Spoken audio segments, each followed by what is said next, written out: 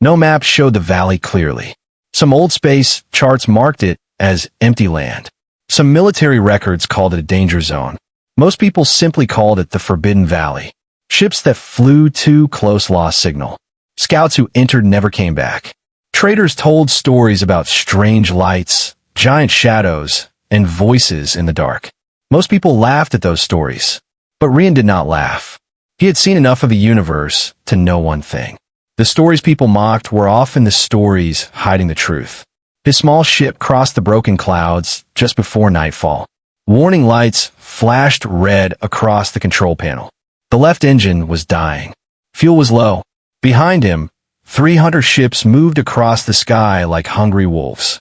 They had followed him for 2 days, and they would not stop until they got what he had taken.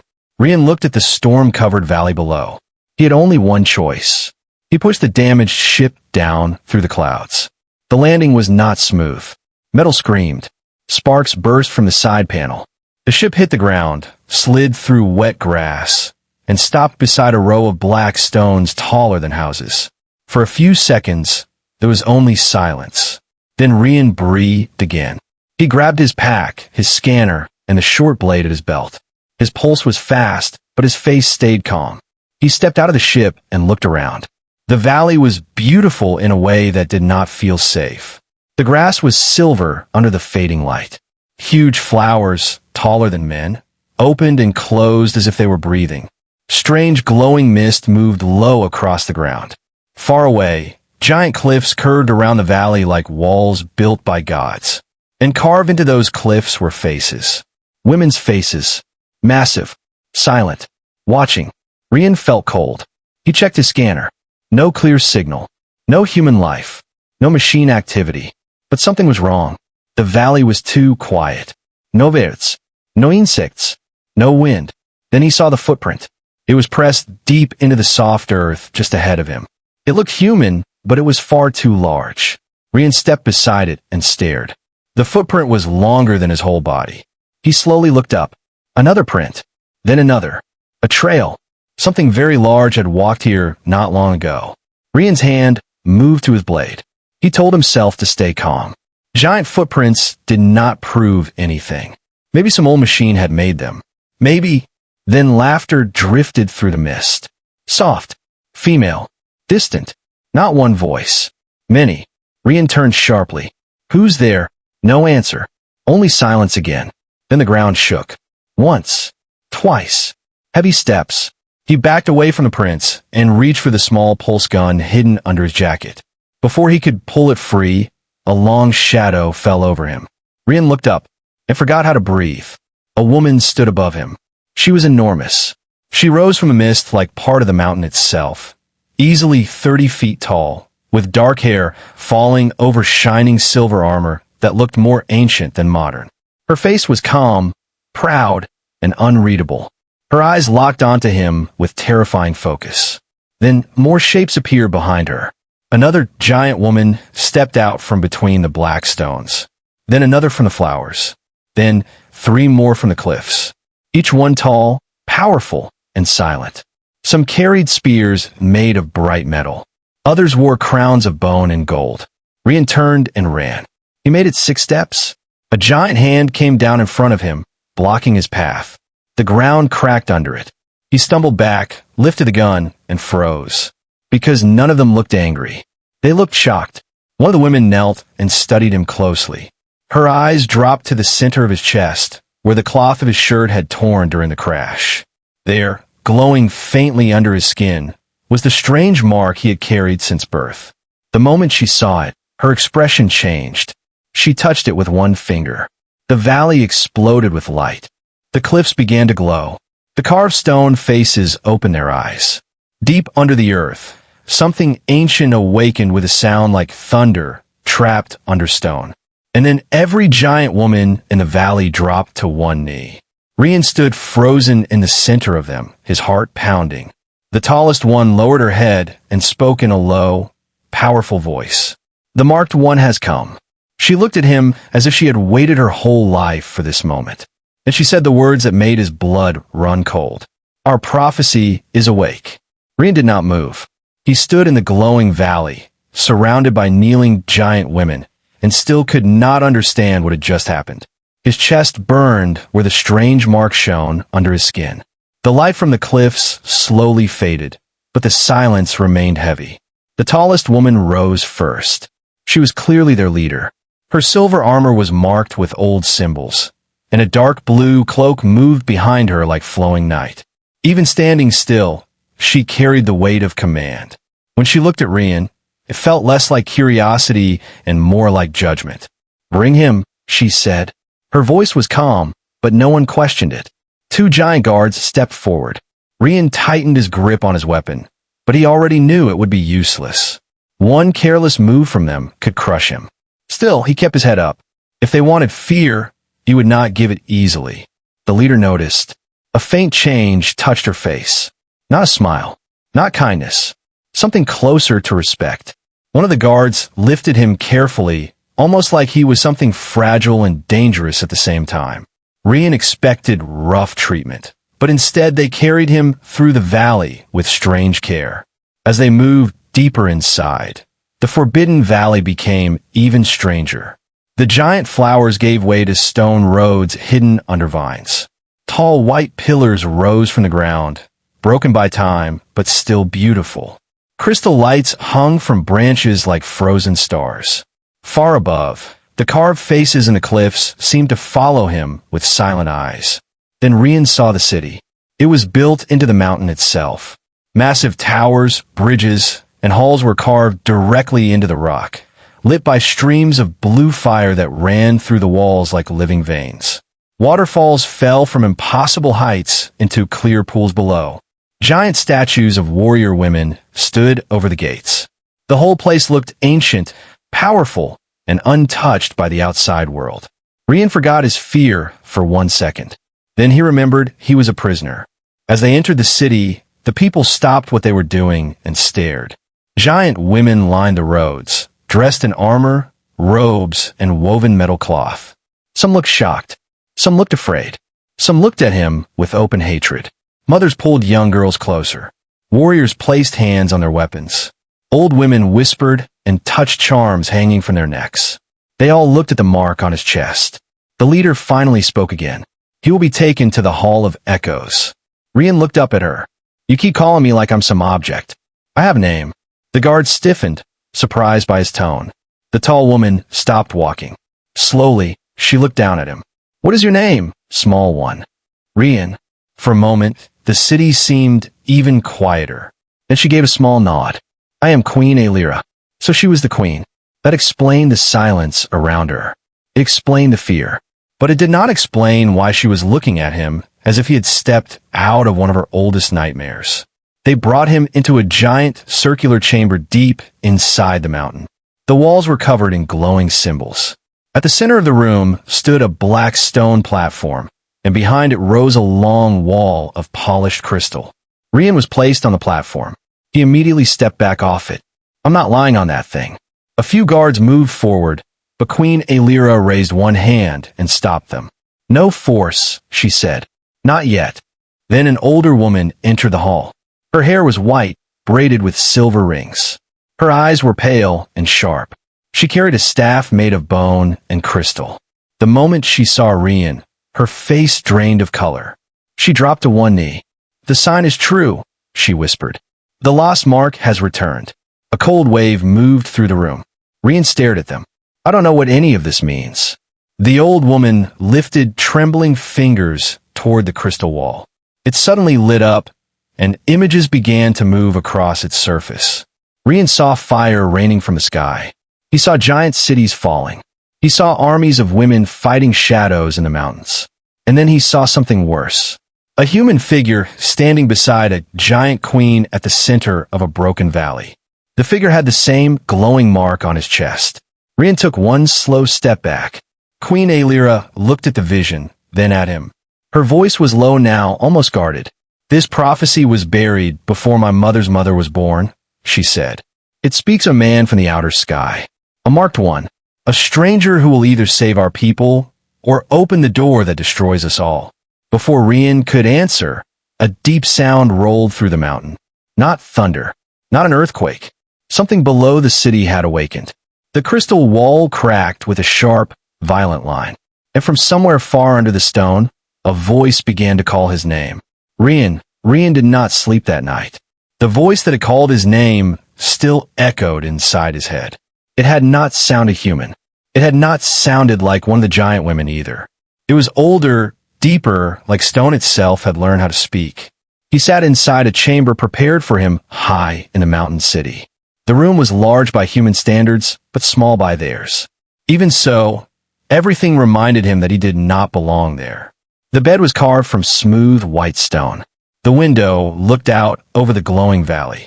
Blue fires burned in silver bowls along the walls, but gave no smoke.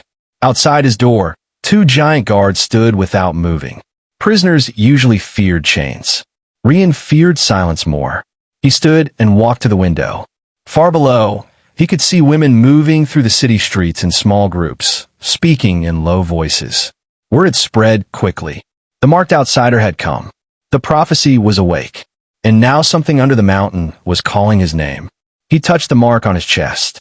It was warm again. Not painful, just alive. A soft sound came from behind him. Rian turned fast and reached for the knife hidden in his boot. Queen Alira stood in the doorway. She had come alone. Her silver armor was gone. Tonight, she wore a long black robe with thin lines of gold on the sleeves. Without armor, she looked less like a ruler of war and more like a shadow from an old dream. But her eyes were the same, calm, sharp, and impossible to fool. "You hide steel in your boot," she said. "You hide soldiers outside my door," Rian replied. For a moment, neither moved. Then, to his surprise, Alira stepped fully inside and closed the door behind her. "The voice called again," she said. "The lower chambers have started to open." Rian stared at her. "And you came to tell me that because it asked for you." That answer changed the room. Rian lowered his hand from the knife. "Then take me there." Alira studied him carefully. "You are either brave, foolish, or exactly what the old prophecy feared. Maybe all 3. For the first time, something close to a real smile touched her face. Then it was gone. They moved through the mountain in silence, with only 2 guards following at a distance. The deeper they went, the older the city became. The walls changed. The smooth carved stone gave way to rough black rock marked with glowing lines. Strange symbols covered the doors. Some looked like stars. Others looked like warnings. The air grew colder. At last they reached a giant circular gate of dark metal half buried in the mountain. It was taller than a fortress wall. Old vines had grown over its edges, but blue light still moved beneath the surface like sleeping fire. "This door has not opened in 1,000 years," Alira said quietly. Rian stepped closer.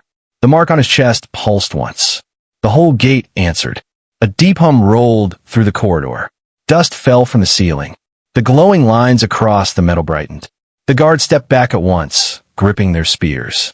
One of them whispered, "It knows him." Rian did not answer. He could feel something on the other side of the gate. Not a creature. Not exactly. More like a mind waiting in darkness.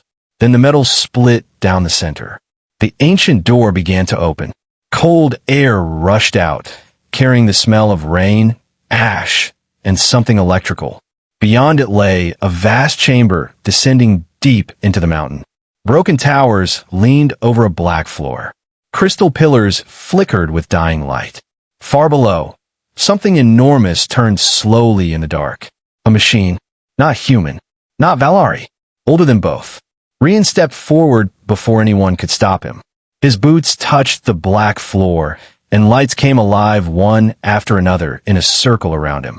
Ancient symbols flashed along the ground like a path. Then the chamber woke completely. A voice filled the darkness. Genetic key recognized.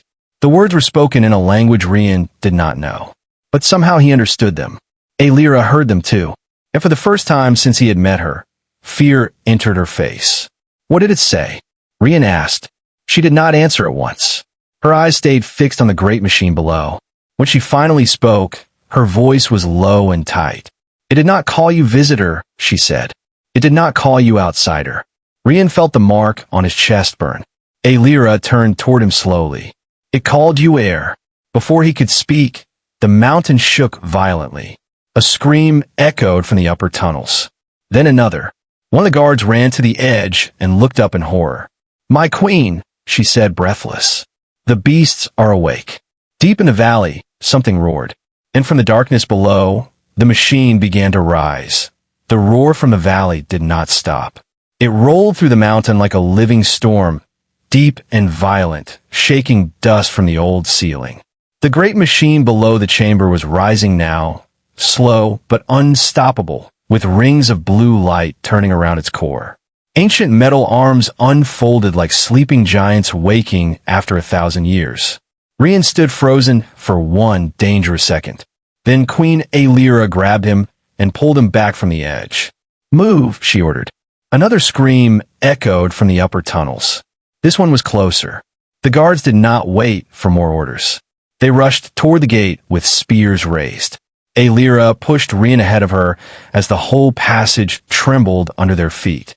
The black walls around them began to glow with warning symbols. Something had been awakened, and it was no longer sleeping quietly. When they reached the upper corridor, they found chaos waiting for them. Valari warriors were running through the passage. Alarm bells rang across the mountain city. Blue fire lamps flashed red one after another. Somewhere above, stone cracked. A section of the ceiling collapsed behind them, sealing the lower chamber again with a crash like thunder. Rian turned to look back. The machine's voice still echoed in his mind. "Air." He hated the word already. "What is happening?" he shouted. Aelira did not slow down. "The lower systems have opened. The ancient defenses are responding. That means nothing to me." "It means," she said sharply, "the valley thinks it is under attack." They emerged onto a high stone bridge overlooking the city, and Rian's breath caught. The hidden city beneath the cliffs was no longer calm and beautiful. It had become a place of panic. Towers flashed with warning lights. Crowds of giant women filled the streets below. Children were being rushed indoors. Warriors formed lines at the gates. In the sky above the valley, bright cracks of blue energy moved through the clouds like broken lightning. Then Rian saw the beasts. They were climbing over the outer walls. Huge, black creatures with long arms, pale eyes, and armored backs. They looked almost like wolves, if wolves had been stretched into monsters and given claws big enough to tear open stone. One leaped onto a watchtower and threw 2 guards into the air. Another smashed through a gate and roared at the city below. The people screamed. Rian stared. Those things were sleeping under the mountain. "No," said a cold voice behind them. They were waiting. Aelira turned immediately. A line of armored warriors blocked the far end of the bridge. At their center stood a tall woman in crimson armor, carrying a spear with a blade shaped like a crescent moon. Her face was sharp, beautiful, and hard with anger. Rian had never seen her before, but he knew at once she was dangerous. Aelira's voice turned to ice. "Mydra." So this was the rebel. Commander Mydra walked forward slowly, her eyes fixed on Rian with open hatred. "You brought him below the city," she said to Aelira. "You opened the old chamber. You chose the prophecy over your people. You chose weakness." The warriors behind Mydra lowered their spears. Rian understood in one terrible moment. This was not fear anymore. This was a coup. Below them, beasts were attacking the city. Above them, the valley was breaking open. And here, on the bridge, the queen was being challenged by her own commander. Mydra pointed her spear at Rian. "The outsider is the key. Kill him now, and the valley may still close." 2 rebel warriors stepped forward. Rian pulled his knife, though it looked laughably small compared to their weapons. Aelira moved in front of him at once, one hand reaching for the long blade at her side. "You will not touch him," she said. Mydra's eyes narrowed. "Then you will fall with him." The first rebel attacked. Aelira met her with shocking speed. Steel rang across the bridge. Sparks burst into the air. The second warrior lunged for Rian, but he dropped low, rolled under her reach, and drove his blade into the weak space behind her armored ankle. She cried out and crashed to one knee. Rian did not wait. He grabbed the fallen spear with both hands and stumbled back, breathing hard. He was small. He was outmatched, but he was not helpless. More rebels closed in. Then the bridge shook so hard that everyone nearly fell. A terrible sound rose from the center of the city. Not a roar, not a scream, a signal. A huge beam of blue light shot from the palace floor into the sky, splitting the clouds above the valley. Every beast on the walls suddenly stopped moving. Every warrior on the bridge turned toward the light. And deep below the city, the machine spoke again. This time, everyone heard it. Final gate opening. Alira looked at Rian, and for the first time, her control broke. "Run," she said, but it was already too late. At the far end of the valley, the mountain itself began to open. The mountain did not simply crack. It opened. Stone pulled apart with a sound like the sky tearing in two. At the far end of the valley, hidden behind cliffs and ancient walls, a colossal gate rose from the earth. Blue fire ran across its surface. Dust and broken rock fell into the air. Every beast in the city turned toward it at once. For one long second, everyone stood still. Then the valley exploded into chaos again. "Go!" Queen Alira shouted. Rian ran, not because he was afraid to fight, but because he finally understood the truth. This was never just about him surviving. It was about reaching that gate before the valley destroyed itself. Behind him, steel clashed across the bridge as Alira met Mydra in direct combat. The rebel commander attacked with pure force, striking fast and hard, but Alira moved with cold precision. Their blades flashed in the stormlight while the city shook beneath them. Rian raced down the stone steps, past fleeing crowds and wounded guards. Giant beasts leaped across rooftops, roaring into the red-blue sky. One of them landed in front of him near a broken column, its pale eyes fixed on his chest. Rian stopped. The creature lowered itself, ready to strike. He had no time to think. No great weapon. No secret power. Only instinct. As the beast lunged, he threw the stolen spear to the side. The metal point struck a fallen crystal lantern. The lantern shattered. A burst of blue light exploded across the ground. The beast jerked back, blinded for 1 second. 1 second was enough. Rian slipped under its claws, grabbed a loose chain hanging from the broken wall, and pulled with all his weight. A cracked stone bell above the street dropped straight onto the creature's back. It hit with a brutal crash. The beast collapsed, stunned and trapped. Rian kept moving. That was the human way. Not bigger, not stronger, faster, smarter, refusing to stop. By the time he reached the final gate, the earth beneath it was glowing like a furnace. Ancient symbols turned in circles under his feet. The mark on his chest burned so hot it felt carved from fire. Then he heard footsteps behind him. Mydra. She had blood on her armor and fury in her eyes. Her spear was gone. In her hand now was a long black blade. "Alira still trusts you," she said, breathing hard. "That will be the last mistake she ever makes." Rian backed toward the gate. "This isn't about trust. It's about saving your people." "No," Mydra said coldly. "It is about ending a lie." She attacked without warning. Rian barely moved in time. The blade hit the gate and sent sparks into the dark. He ducked the second strike, picked up a shard of broken crystal, and drove it toward her arm. It cut deep enough to make her drop the blade. But Mydra was too strong. She caught him with one hand and lifted him from the ground. Rian gasped. Below them, the gate began to split open. Inside it was not a room, but a core of moving light, a living machine, ancient and endless. He saw towers, stars, war, fire, and giant cities collapsing into silence. He saw humans and Valari standing together once long ago. Then betrayal, fear, division. The prophecy had been changed over time. It was never about a human man ruling giant women. It was never about a king. It was about a bridge. Alira arrived then, wounded but standing. She called Mydra's name one last time, asking her to stop. But Mydra turned with hatred in her eyes, and that one moment gave Rian the chance he needed. He twisted free, fell to the ground, and slammed his glowing hand against the center line of the gate. The whole valley answered. A wave of blue light shot across the cliffs, through the city, and over every tower and wall. The beast froze. The sky stilled. The machine's voice rolled over all of them like thunder. Ancient war protocol ended. New bond accepted. The gate did not fully open. It did not fully close. It changed. Its violent light softened into a steady glow. The shaking stopped. The beasts fell silent and backed away into the shadows. The city, broken and smoking, remained standing. Mydra dropped to her knees, staring in disbelief. Aelira looked at Rian, as if seeing him clearly for the first time. He had not taken the throne. He had not conquered the valley. He had done something harder. He had ended its fear.